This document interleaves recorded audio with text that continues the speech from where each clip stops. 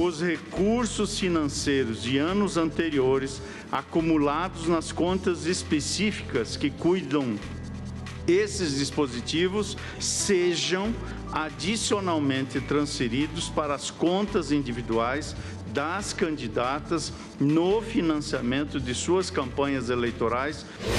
Faltando pouco menos de 2 semanas para as eleições, o ministro Dias Toffoli afirmou que os debates fazem parte da democracia e que o protagonista tem que ser o povo. Quem trabalhou com carteira assinada entre 1971 e 1988 tem direito de retirar os valores depositados no fundo. Nós temos alguns direitos na Constituição e certo. Um deles é de dispor sobre a nossa vida, sobre o nosso corpo, sobre a nossa autonomia.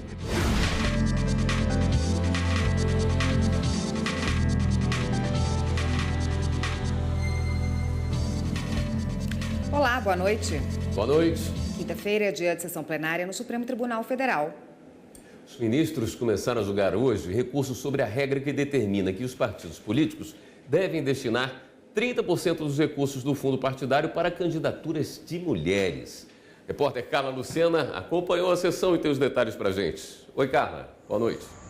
Olá, William. Boa noite para você, boa noite a todos. Esse recurso é da Câmara dos Deputados. O principal pedido da Câmara é que o Supremo module os efeitos, ou seja, decida a partir de quando passa a valer essa regra que obriga os partidos a destinarem 30% dos recursos do fundo partidário para a campanha de candidatas mulheres. Lembrando que essa determinação, ou seja, esse percentual mínimo de 30%, foi decidido durante o julgamento de uma ação aqui no Supremo Tribunal Federal no mês de março deste ano. Inicialmente, na sessão de hoje, os ministros debateram se o plenário deveria julgar este recurso. Isso porque essa decisão de março ainda não foi publicada no Diário da Justiça e a Câmara, então, não poderia ter entrado com este recurso. Por maioria, os ministros entenderam que não estão aí, então, presentes os requisitos para julgar o mérito desse recurso, mas decidiram analisar a modulação, como vamos ver na reportagem.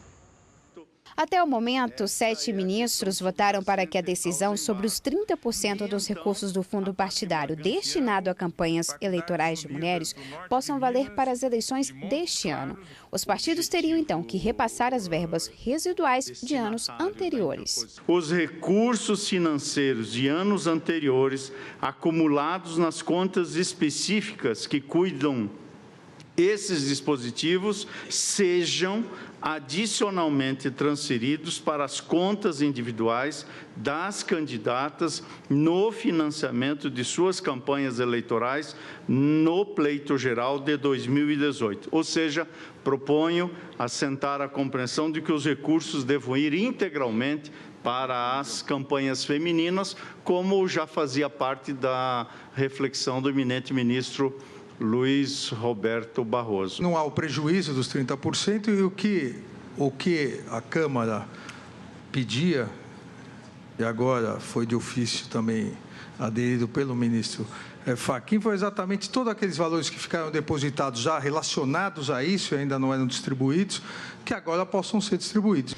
Eu voto no sentido de acompanhar o eminente relator, ou seja, modulando os efeitos conforme sugerido por Sua Excelência. E registro que já votei no sentido da possibilidade da modulação em precedente de minha relatoria, que foi julgado neste plenário de ofício. Ou seja, há precedentes com a devida vênia em relação à possibilidade de, mesmo sem pedido, nós modularmos os efeitos de uma declaração de inconstitucionalidade. Os ministros Marco Aurélio e Ricardo Lewandowski divergiram. E o ministro Ricardo Lewandowski chamou ainda a atenção de outro ponto sobre recursos para campanhas de candidatas. Aqueles 5% que servem exatamente para estimular, via propaganda, a participação das mulheres, não podem, não devem ser incluídos naquela verba para o financiamento das campanhas que nós aprovamos e consideramos que deve atingir o montante montante de 30%, sob pena, insisto, como disse, então, durante o julgamento do mérito da DI, nós darmos com a mão e tirarmos com a outra. O julgamento foi suspenso para esperar os votos dos ministros Gilmar Mendes e Celso de Mello, não presentes na sessão. Para decidir a partir de quando a determinação do Supremo passa a valer, são necessários pelo menos 8 votos. Em outro processo, a ministra Rosa Weber considerou que cabe à Justiça do Trabalho autorizar pedidos de trabalho infantil, inclusive o artístico e o ligado aos esportes. A ministra tinha pedido vista e hoje disse que uma das exceções é para os casos de participação em espetáculos. Não se cuida, com todo o respeito às compreensões contrárias, de pedido de autorização para a criança se apresentar em eventos artísticos, como, por exemplo, um festival de música ou de dança ou um concurso de beleza. Há muitos pedidos também nessa linha. Não se trata disso, segundo as recomendações. São as empresas contratantes da força de trabalho das crianças e adolescentes, empregadoras ou tomadoras dos serviços do artista mirim, que requerem autorização para o trabalho infantil para, por exemplo, trabalhar numa novela. Consultora jurídica da TV Justiça, Karina Zucolotto, está aqui, tem outras informações da sessão de hoje para a gente. Boa noite, Karina. Boa noite, William. Boa noite, Érica. Nesse caso que terminou agora da nossa matéria com a ministra Rosa Weber, ela foi a única a divergir, né, Karina? Agora, os ministros acabaram confirmando a liminar. A liminar que já havia sido concedida pelo ministro Marco Aurélio em sessão anterior, já que hoje a retomada desse julgamento para se decidir se deferia ou não a medida cautelar, veio com o voto vista da ministra Rosa Weber. Mas a ministra Rosa, ela fazia uma diferenciação entre autorização para o trabalho infantil e autorização para a participação em atividades artísticas de adolescentes e crianças. E nesse ponto, com relação ao trabalho, ela entendia que a competência deveria ser da Justiça do Trabalho, mas ela acabava indeferindo a medida cautelar por entender que os atos atacados não teria qualquer tipo de inconstitucionalidade, já que os atos conjuntos, tanto do Poder Judiciário e Ministério Público, tanto de São Paulo como do Mato Grosso, atribuíram à Justiça do Trabalho a competência para processar e julgar esses pedidos de autorização. Mas não foi esse o entendimento que prevaleceu na Corte após o julgamento, após o voto da ministra Rosa Weber. A maioria acabou seguindo o ministro Marco Aurélio, que entenderam que é preciso que a Justiça especializada em criança e adolescente, e, portanto, a Justiça comum, dentro de uma vara da infância e da adolescência, esteja apta para processar e julgar esses pedidos e não a Justiça do Trabalho. O ministro Alexandre de Moraes, quando proferiu seu voto, disse que a vara da infância e da juventude, ela vai analisar situações pré-contratuais e que a Justiça do Trabalho, de acordo com a Constituição, no artigo 114, estabelece quais são os casos que envolveriam relações de trabalho. O ministro disse, as situações aqui são anteriores à relação do trabalho, portanto, tem que ser a Justiça comum, uma justiça especializada, própria para decidir essas questões envolvendo a proteção tanto da criança como do adolescente. E com isso, acabaram, então, deferindo a medida cautelar para voltar para a Justiça comum a matéria para esses pedidos de autorização, tanto para trabalho como participação. E logo em seguida, esse julgamento, os ministros iniciaram o julgamento de um recurso em uma ação rescisória contra uma decisão que havia sido proferida na primeira turma do Supremo, mas o julgamento não foi concluído. O ministro Luiz Roberto Barroso acabou pedindo vista e envolvia servidores da Universidade Federal de Minas Gerais. E depois ainda, os ministros acabaram iniciando um julgamento que promete ser retomado na próxima quarta-feira e que trata da responsabilidade civil da Prefeitura do Estado, da Prefeitura Municipal de São Paulo por omissão em razão de danos causados a determinadas vítimas em razão de uma explosão de uma casa de fogos de artifício. O principal argumento nesse recurso é que a Prefeitura Municipal teria se omitido na fiscalização e, ocorrendo a explosão, eles buscam nesse recurso que o Supremo verifique que houve uma responsabilidade do Estado e o dever de reparar e indenizar todas as vítimas. Tá ótimo, Karina. Obrigada, por hoje. Até semana que vem. Até semana que vem. A atuação do Supremo Tribunal Federal e do Conselho Nacional de Justiça foi um dos temas abordados hoje na entrevista que o presidente Dias Toffoli deu aos jornalistas. As eleições, aliás, também mereceram um destaque especial. O encontro no Supremo Tribunal Federal reuniu jornalistas de diversas rádios. O ministro Dias Toffoli falou sobre o sistema penitenciário e políticas públicas desenvolvidas pelo Conselho Nacional de Justiça, como o combate à violência doméstica contra a mulher. Faltando pouco menos de 2 semanas para as eleições, o ministro Dias Toffoli afirmou que os debates fazem parte da democracia e que o protagonista tem que ser o povo.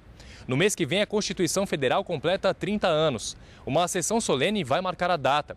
O ministro também destacou os avanços na parte social e o desenvolvimento do país nas últimas 3 décadas. O presidente também anunciou aos jornalistas uma reestruturação administrativa no Supremo Tribunal Federal e no Conselho Nacional de Justiça. No STF serão implementadas práticas internacionais e recomendadas pelo Tribunal de Contas da União no dia a dia de trabalho. Já no CNJ vai manter as políticas públicas criadas em outras gestões e fazer um levantamento sobre obras que estão paradas por decisões judiciais, além de procedimentos para que elas sejam retomadas.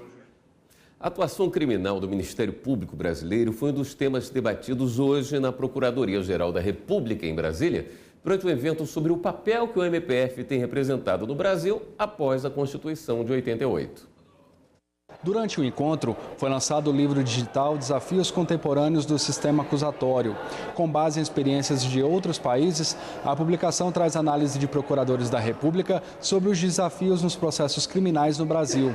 Na abertura, a Procuradora-Geral da República, Raquel Dodge, ressaltou a importância dos trabalhos da Associação Nacional dos Procuradores da República na conquista da independência do MPF em investigações. Essa semente plantada ao longo desses anos todos, de forma persistente, coerente e visionária pela Associação Nacional dos Procuradores da República, dá frutos hoje no sentido de que foi possível trabalhar com êxito nas diferentes operações Lava Jato, conseguir a punição de poderosos, fazer a lei valer para todos, porque com coragem e com os instrumentos jurídicos adequados, os procuradores da República hoje exercem com destemor, com coragem, com prontidão as suas atribuições constitucionais.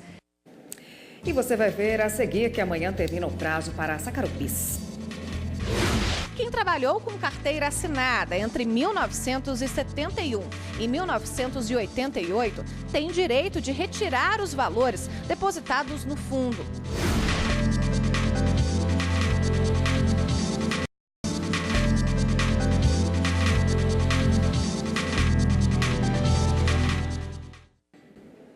R$ 4,5 milhões de trabalhadores têm até amanhã para sacar a cota do PIS/PASEP. Tem direito ao benefício quem trabalhou com carteira assinada ou foi servidor público de 1971 até 1988. O governo estima que a liberação dos valores vai injetar cerca de 35 bilhões de reais na economia. Até esta sexta-feira, o pagamento das cotas do PIS/PASEP vai ser feito para contribuintes de todas as idades. O valor disponível para os beneficiários é de quase 6 bilhões de reais. Até o dia 28 de setembro agora, todas as pessoas mesmo abaixo de 60 anos e que tinham carteira registrada até 1988, que têm direito ao benefício, podem fazer o saque. Depois do prazo, o benefício volta a ficar disponível apenas para cotistas com mais de 60 anos, aposentados, pessoas em situação de invalidez ou doentes graves e participantes do programa de benefício de prestação continuada. Quem trabalhou com carteira assinada entre 1971 e 1988 tem direito de retirar os valores depositados no fundo. Em um mês, a Caixa já pagou mais de 9 bilhões de reais. Mesmo assim, 4,5 milhões de trabalhadores ainda não sacaram o benefício. Para os correntistas da Caixa Econômica Federal e do Banco do Brasil, o depósito é automático. Já os outros correntistas precisam ir às agências bancárias para fazer o saque. Qualquer dinheiro é bem-vindo para o trabalhador, né? Ainda mais na situação econômica que a gente vive. É um dinheiro extra que certamente vai ajudar muitas famílias. Agora, é importante que o trabalhador busque logo esse dinheiro, porque a medida provisória prevê um prazo para que o trabalhador corra atrás desse direito. E se deixar passar esse prazo, ele perde o direito ao saque pelos benefícios da medida provisória. Bom, para saber se você tem o direito a sacar o PIS/PASEP, basta acessar a página da Caixa na internet, que é o www.caixa.gov.br/cotas-PIS. Também dá para consultar o aplicativo Caixa Trabalhador ou no 0800 726 0207. A pedido do Ministério Público Federal, a Justiça determinou o leilão dos bens do grupo ligado ao ex-prefeito de Belém e ex-senador do Pará, Dulcemar Gomes da Costa. Ele é acusado de ter coordenado um grande esquema de desvio de recursos públicos durante o tempo em que ficou na prefeitura. Avaliados em mais de 13 milhões de reais, os bens foram apreendidos em 2017 durante a Operação Forte do Castelo, que resultou na prisão de Dulcemar Costa e outras 8 pessoas acusadas de corrupção. Dulcemar foi prefeito de Belém por 2 mandatos, de 2005 a 2012. Na época, ele foi denunciado pelo Ministério Público Federal por vários crimes, como desvio de dinheiro público. Atualmente, o ex-prefeito responde a 19 processos só na Justiça Federal. O valor arrecadado com a venda dos bens ficará depositado em juízo e será devolvido aos cofres públicos. Debater o esporte como atividade profissional, incluindo direitos e deveres de atletas e clubes. Foi esse o objetivo de uma série de palestras promovidas hoje no Tribunal Superior do Trabalho. Além de ministros do TST, participaram do encontro ministros do Supremo Tribunal Federal e do Superior Tribunal de Justiça. Representantes de diferentes esferas do Poder Judiciário participaram no Tribunal Superior do Trabalho do seminário O Desporto que os Tribunais Superiores Praticam, promovido pela Academia Nacional de Direito Desportivo em parceria com o Tribunal Superior do Trabalho. O seminário debateu o papel da Justiça como mediadora da relação entre clubes e atletas. O presidente do TST, ministro Brito Pereira, destacou a importância do tribunal ouvir diferentes representantes do Poder Judiciário, em um momento em que um grande número de ações envolvendo a justiça desportiva são julgadas pela Corte Trabalhista. O Tribunal Superior do Trabalho é o órgão destinado a uniformizar a jurisprudência trabalhista. Então, é um grande evento para estudar o direito desportivo e saber como o Tribunal Superior do Trabalho está enfrentando essa questão nesse segmento do direito e do conhecimento. A intenção, evidentemente, é debater, trazer o direito desportivo para os tribunais trabalhistas, mas também fazer com que os outros tribunais, as outras cortes superiores, também debatam conosco o direito desportivo, que é um direito que encerra todas as ciências jurídicas. Também foram abordadas questões como a concessão de habeas corpus, o cumprimento de execuções trabalhistas e questões de ordem tributária no mundo do esporte.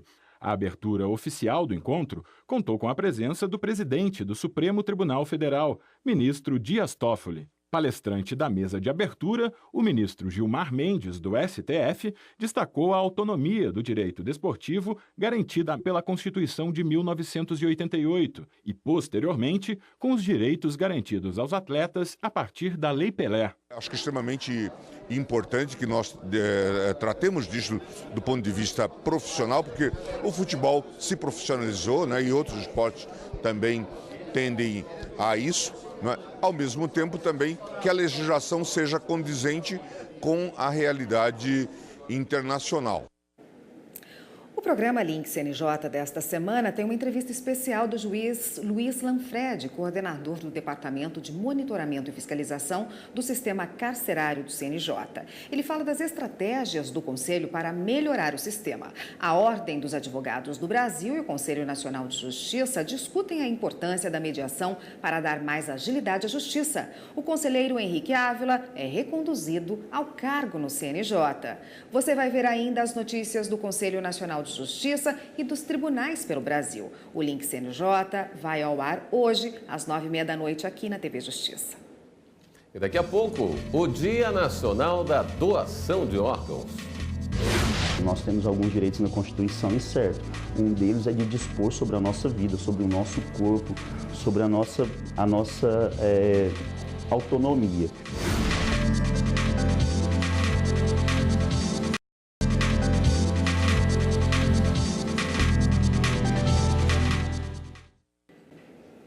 Esta quinta-feira marca o Dia Nacional da Doação de Órgãos, atitude que nos últimos anos tem salvado a vida de milhares de brasileiros. Nós vamos mostrar agora histórias de pessoas que receberam um novo órgão e os avanços na legislação quando o assunto é transplante.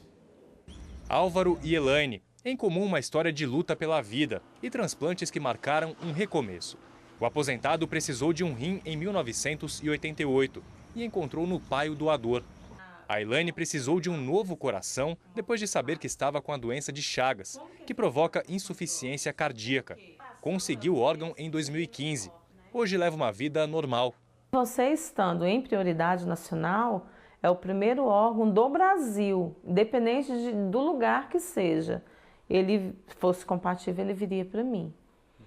E aí foi isso que aconteceu. A regulamentação da doação de órgãos veio em 1997. Com a Lei 9.434, mas a base para a criação das normas legais está na Constituição Federal de 1988, que garante o direito à vida.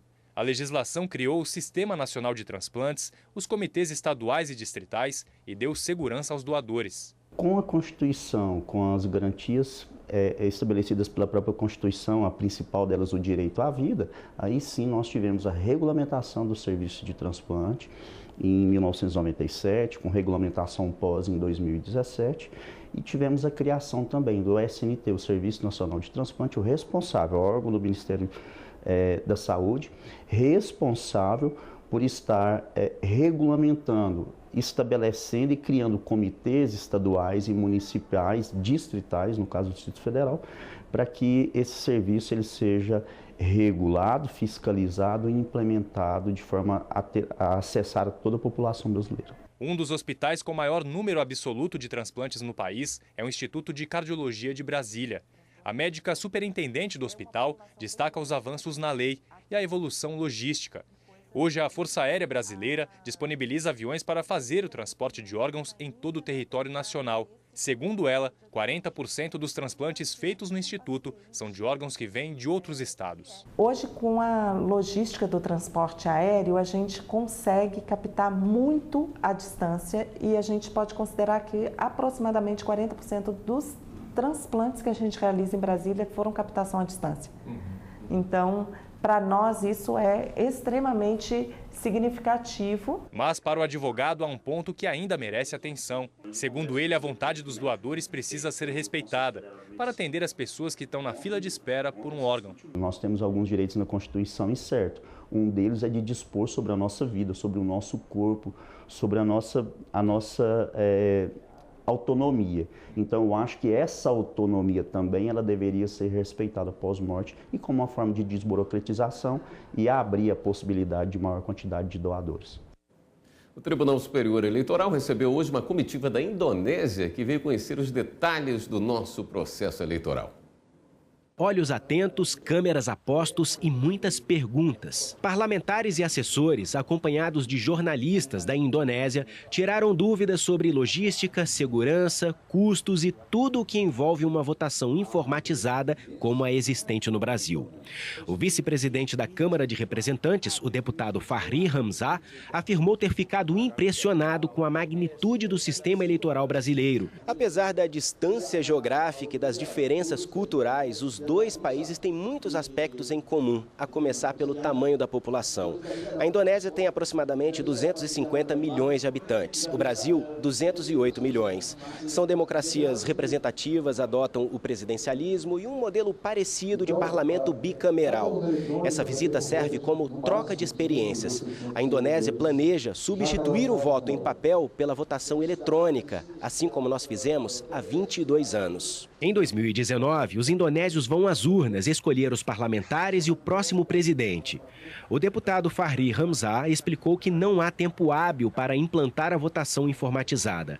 Mas nas eleições seguintes, em 2024, o voto eletrônico já deve estar em funcionamento. O secretário de Tecnologia da Informação do Tribunal Superior Eleitoral, Giuseppe Janino, apresentou à urna brasileira a delegação composta por 22 pessoas. Há uma coincidência entre os desafios que temos no Brasil com relação aos desafios que eles encontram lá.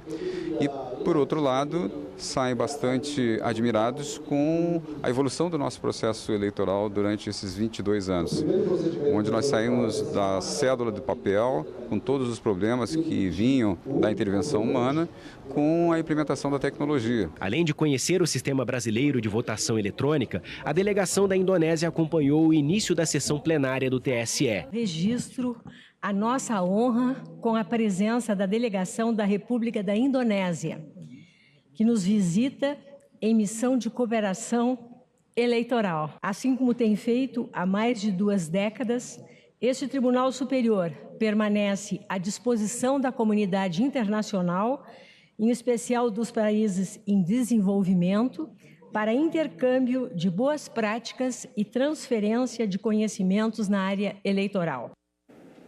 E vamos às últimas notícias. É hora do Giro na Rede.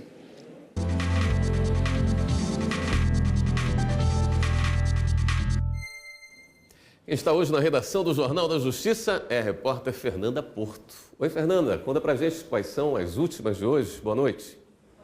Oi, William, boa noite, Érica, boa noite a todos que nos acompanham. A gente começa o giro falando que o ministro do STF, Celso de Mello, julgou inviável reclamação contra o TRE do Ceará, que validou regras do fundo eleitoral. A ação foi ajuizada pelo candidato a deputado federal pelo PSOL, Edmilson Barbosa, que buscava a redistribuição de valores para a campanha eleitoral. E a Justiça Federal tornou réu 33 pessoas acusadas de envolvimento em fraudes nas obras da Rodoanel Sul e no sistema viário da capital paulista. Segundo o Ministério Público, entre 2004 e 2005 foi formado um cartel para eliminar concorrência nos preços para execução dos serviços.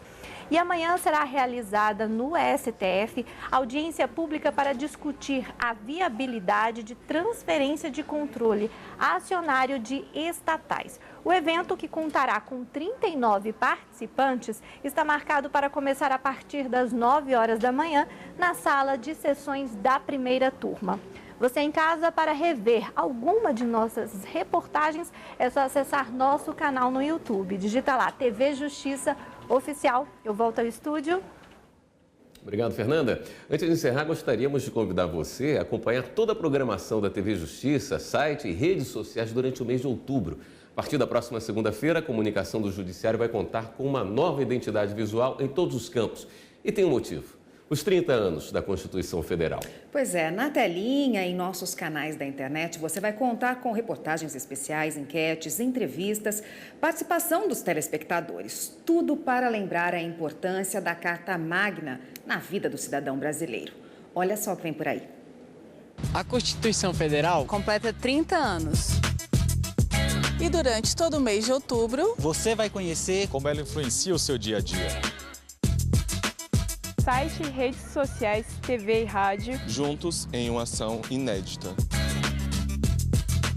Participe! Compartilhe essa ideia. 30 anos da Constituição Federal Brasileira. É isso aí. O Jornal da Justiça, segunda edição de hoje, fica por aqui. Uma boa noite para você. Boa noite. Continue com a programação da TV Justiça. E até amanhã.